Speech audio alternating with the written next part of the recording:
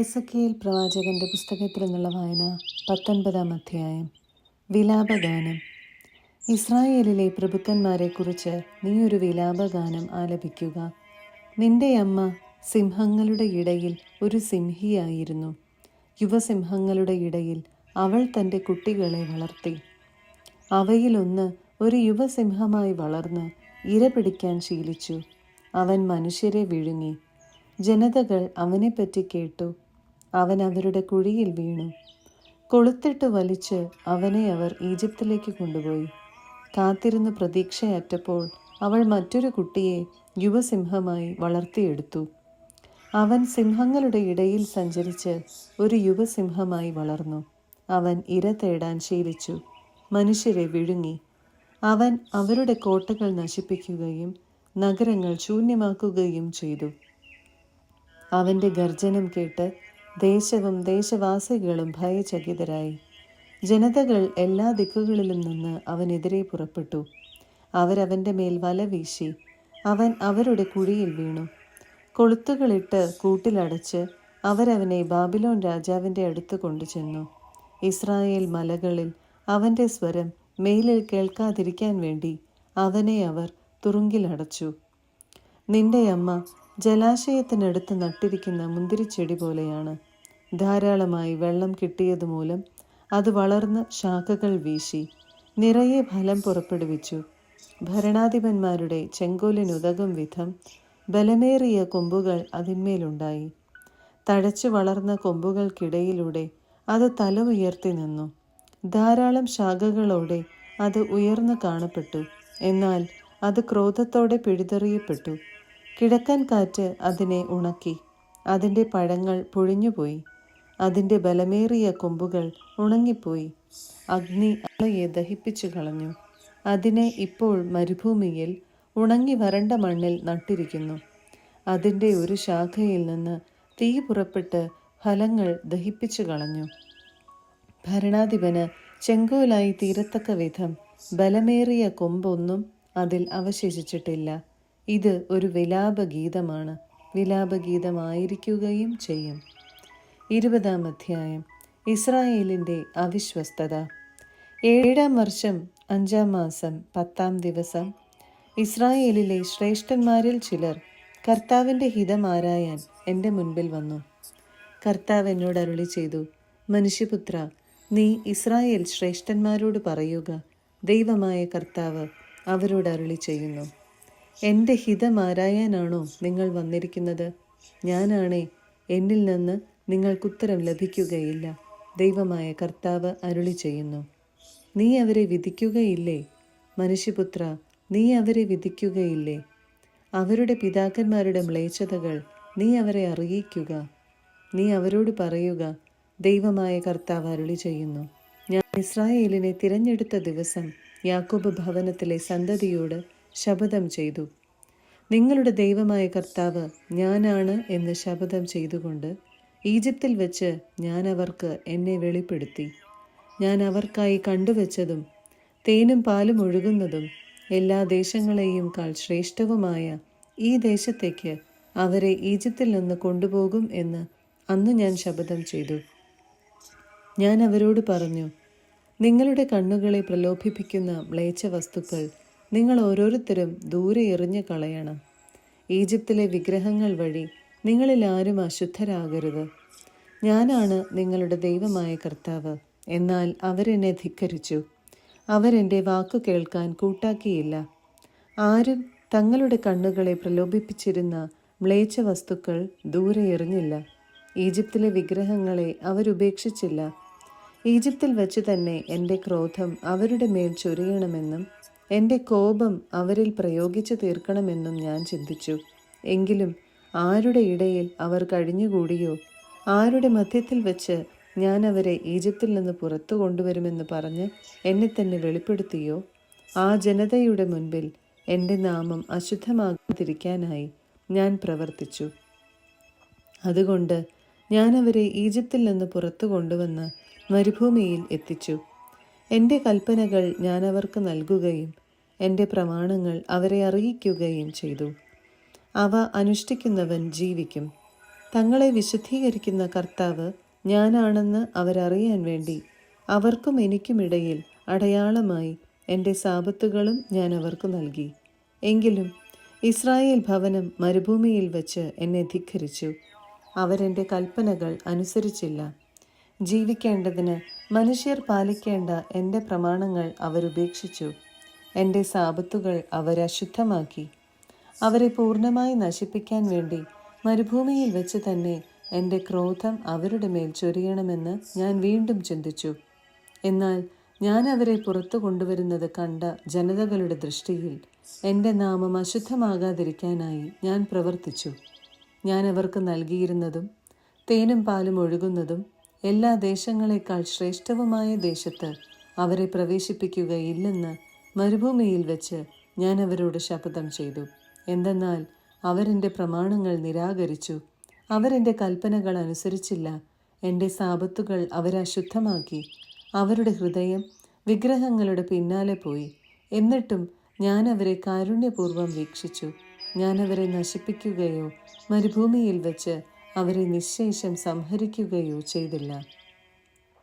മരുഭൂമിയിൽ വെച്ച് അവരുടെ സന്തതികളോട് ഞാൻ പറഞ്ഞു, നിങ്ങളുടെ പിതാക്കന്മാരുടെ കൽപ്പനകൾ അനുസരിച്ച് നടക്കുകയോ അവരുടെ പ്രമാണങ്ങൾ പാലിക്കുകയോ അരുത്. അവർ പൂജിച്ച വിഗ്രഹങ്ങൾ കൊണ്ട് നിങ്ങളെ തന്നെ അശുദ്ധമാക്കരുത്. ഞാനാണ് നിങ്ങളുടെ ദൈവമായ കർത്താവ്. എൻ്റെ കൽപ്പനകൾ അനുസരിക്കുകയും എൻ്റെ പ്രമാണങ്ങൾ ശ്രദ്ധയോടെ പാലിക്കുകയും ചെയ്യുക. നിങ്ങളുടെ ദൈവമായ കർത്താവ് ഞാനാണ് എന്ന് നിങ്ങൾ ഗ്രഹിക്കാൻ വേണ്ടി നിങ്ങൾക്കും എനിക്കുമിടയിൽ ഒരു അടയാളമായി എൻ്റെ സാബത്തുകൾ നിങ്ങൾ വിശുദ്ധമായി ആചരിക്കുക.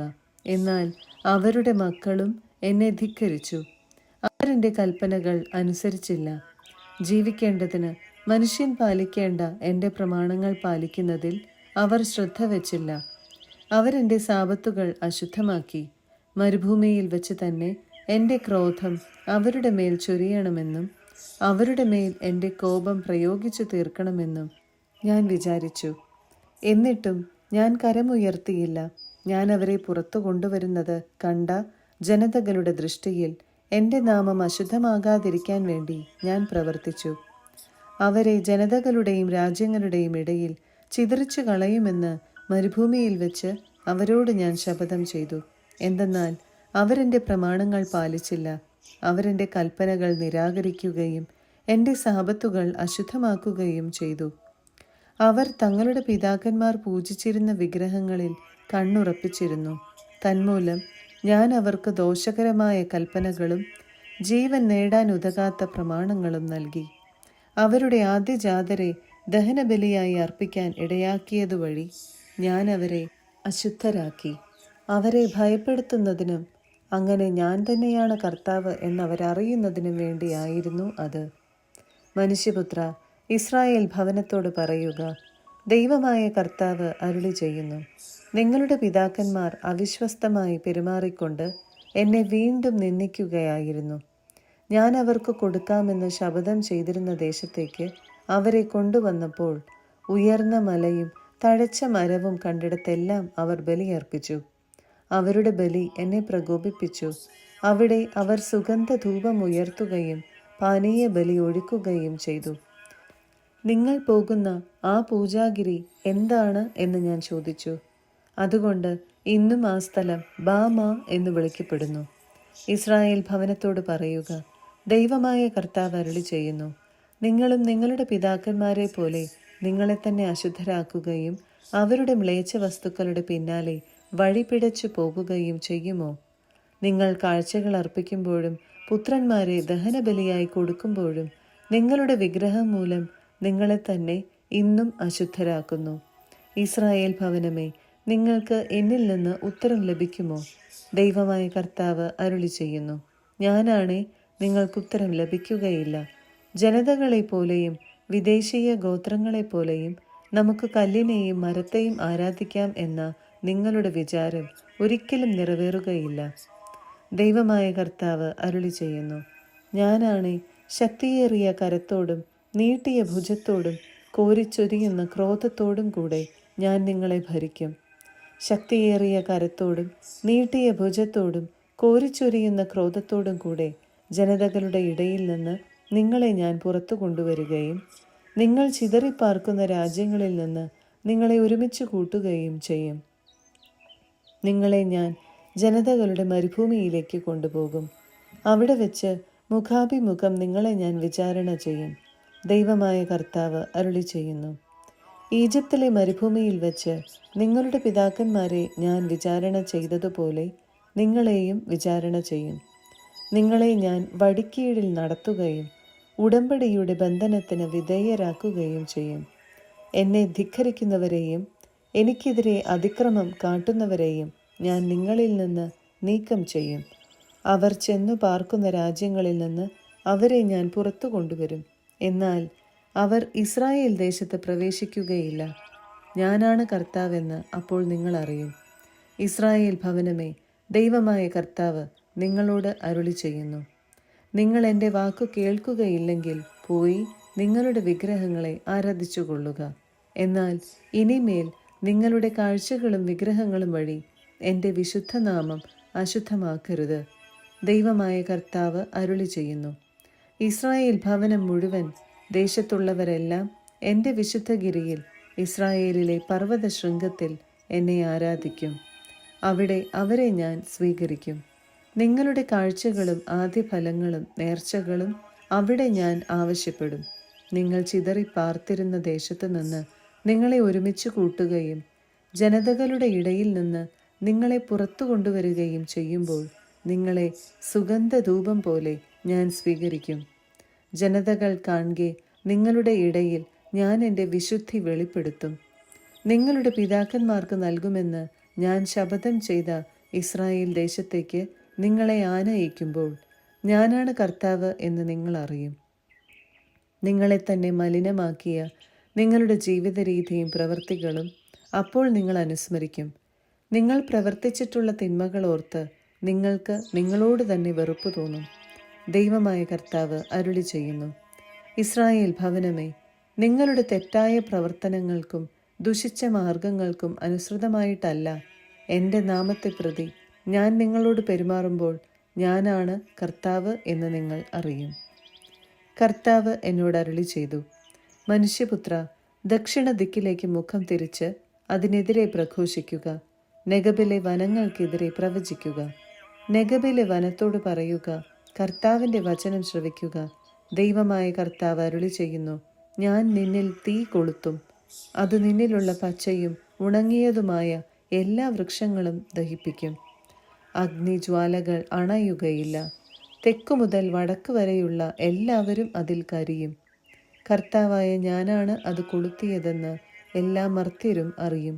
അത് അണയുകയില്ല. അപ്പോൾ ഞാൻ പറഞ്ഞു, ദൈവമായ കർത്താവേ, അവൻ കടംകഥക്കാരനല്ലേ എന്ന് അവരെന്നെക്കുറിച്ച് പറയുന്നു. 21 അധ്യായം. കർത്താവിൻ്റെ വാൾ. കർത്താവ് എന്നോട് അരുളി ചെയ്തു. മനുഷ്യപുത്ര, ജെറുസലേമിനു നേരെ മുഖം തിരിച്ച് വിശുദ്ധ സ്ഥലങ്ങൾക്കെതിരായി പ്രഘോഷിക്കുക. ഇസ്രായേൽ ദേശത്തിനെതിരെ പ്രവചിക്കുക. ഇസ്രായേൽ ഭവനത്തോട് പറയുക, കർത്താവ് അരുളി ചെയ്യുന്നു, ഇതാ ഞാൻ നിനക്കെതിരാണ്. ഉറയിൽ നിന്ന് വാളൂരി നീതിമാന്മാരെയും ദുഷ്ടന്മാരെയും നിന്നിൽ നിന്ന് ഞാൻ വെട്ടിമാറ്റും. നീതിമാന്മാരെയും ദുഷ്ടന്മാരെയും നിന്നിൽ നിന്ന് വെട്ടിമാറ്റാനായി തന്നെയാണ് തെക്കു മുതൽ വടക്കു വരെയുള്ള എല്ലാവർക്കുമെതിരായി ഞാൻ ഉറയിൽ നിന്ന് വാളൂരുന്നത്. കർത്താവായ ഞാൻ ഉറയിൽ നിന്ന് വാളൂരിയിരിക്കുന്നു എന്ന് എല്ലാവരും അറിയും. അതിനി ഒരിക്കലും ഉറയിലിടുകയില്ല. മനുഷ്യപുത്ര, അവരുടെ മുൻപിൽ കഠിന ദുഃഖത്തോടെ ഹൃദയം പൊട്ടുമാറ് നെടുവീർപ്പിടുക. നീ എന്തിനാണ് നെടുവീർപ്പിടുന്നതെന്ന് അവർ ചോദിക്കുമ്പോൾ പറയുക, ഒരു വാർത്ത നിമിത്തമാണ്. അത് ശ്രവിക്കുമ്പോൾ എല്ലാ ഹൃദയങ്ങളും ഉരുകും, എല്ലാ കരങ്ങളും ദുർബലമാകും, എല്ലാ മനസ്സുകളും തളരും, എല്ലാ കാൽമുട്ടുകളും വിറയ്ക്കും. ഇതാ അത് വരുന്നു, അത് നിറവേറുകയും ചെയ്യും. ദൈവമായ കർത്താവ് അരുളി ചെയ്യുന്നു. എനിക്ക് വീണ്ടും കർത്താവിൻ്റെ അരുളപ്പാടുണ്ടായി. മനുഷ്യപുത്ര, പ്രവചിക്കുക. ദൈവമായ കർത്താവ് അരുളി ചെയ്യുന്നു. ഇതാ ഒരു വാൾ, തേച്ചു മിനുക്കി മൂർച്ച കൂട്ടിയ വാൾ, വധത്തിനായി അതിന് മൂർച്ച കൂട്ടിയിരിക്കുന്നു. ഇടിവാൾ പോലെ തിളങ്ങാൻ അത് മിനുക്കിയിരിക്കുന്നു. അപ്പോൾ നമുക്ക് ഉല്ലസിക്കാമെന്നോ? എൻ്റെ പുത്രൻ്റെ ചെങ്കോലിനെ മറ്റു തടിക്കഷണങ്ങളെപ്പോലെ നിങ്ങൾ നിന്ദിച്ചു. ആകയാൽ ഉടനെ ഉപയോഗിക്കാൻ വേണ്ടി തന്നെ അത് മിനുക്കാൻ കൊടുത്തിരിക്കുന്നു. സംഹാരകന്റെ കയ്യിൽ കൊടുക്കാൻ വേണ്ടി അത് മൂർച്ച കൂട്ടി മിനുക്കിയിരിക്കുന്നു. മനുഷ്യപുത്ര, നീ ഉച്ചത്തിൽ കരയുകയും മുറവിളി കൂട്ടുകയും ചെയ്യുക. എന്തെന്നാൽ വാൾ എൻ്റെ ജനത്തിനും ഇസ്രായേലിലെ എല്ലാ പ്രഭുക്കന്മാർക്കും എതിരായി പ്രയോഗിക്കാനുള്ളതാണ്. എൻ്റെ ജനത്തോടൊപ്പം പ്രഭുക്കന്മാരും വാളിനിരയാക്കപ്പെടും. ആകയാൽ നീ മാറത്തടിച്ച് കരയുക. നിങ്ങൾ ചെങ്കോലിനെ നിന്ദിച്ചാൽ എന്തുണ്ടാകും? ഇതൊരു പരീക്ഷണമല്ല, ദൈവമായ കർത്താവ് അരുളി ചെയ്യുന്നു. മനുഷ്യപുത്ര, നീ പ്രവചിക്കുക, കൈകൊട്ടുക. സംഹാര ഖഡ്ഗം വീണ്ടും വീണ്ടും അവരുടെ മേൽ പതിക്കട്ടെ. അവർക്ക് ചുറ്റും ചുഴറ്റുന്ന കൊലവാളാണിത്. അവരുടെ ധൈര്യം കെടുത്തുന്നതിനും അനേകർ നിപതിക്കുന്നതിനും വേണ്ടി ഓരോ കവാടത്തിലും ഞാൻ സ്ഥാപിച്ചിരിക്കുന്ന വാളാണത്. ഇടിവാൾ പോലെ തിളങ്ങുന്നതിന് മിനുക്കിയതും സംഹാരത്തിനായി മൂർച്ച കൂട്ടിയതുമാണത്. ഇടത്തോട്ടോ വലത്തോട്ടോ നിന്റെ വായ്ത്തല എങ്ങോട്ട് തിരിയുന്നുവോ അങ്ങോട്ട് വെട്ടുക. ഞാനും കൈകൊട്ടും, എൻ്റെ ക്രോധത്തിന് തൃപ്തി വരുത്തും.